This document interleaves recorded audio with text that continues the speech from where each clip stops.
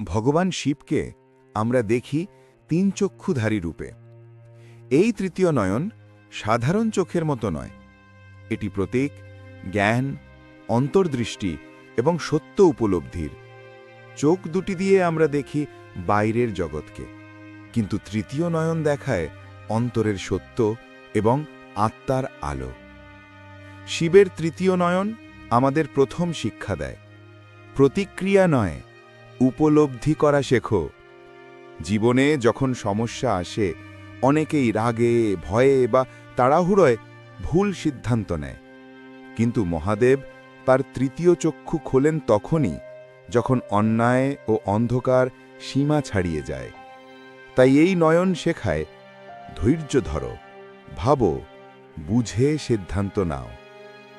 দ্বিতীয় শিক্ষা, অহংকার, অন্ধকার ও নেতিবাচকতা ধ্বংস করো।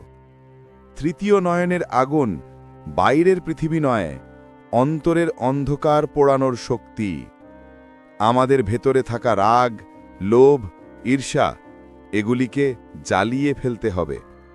প্রকৃত শিব ভক্ত সেই যে নিজের খারাপ দিককে জয় করে।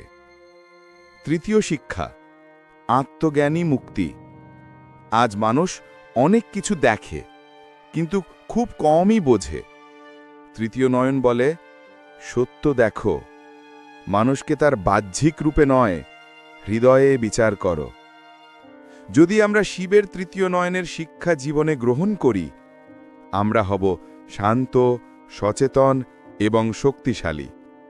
আমরা পরিবেশ নয়, নিজের মনকে পরিবর্তন করতে শিখব, আর তখনই জীবনে সত্য আলো জ্বলে উঠবে। শেষে বলি, চোখ দিয়ে দেখো পৃথিবীকে, তৃতীয় নয়ন দিয়ে দেখো সত্যকে। ওম নমঃ শিবায়।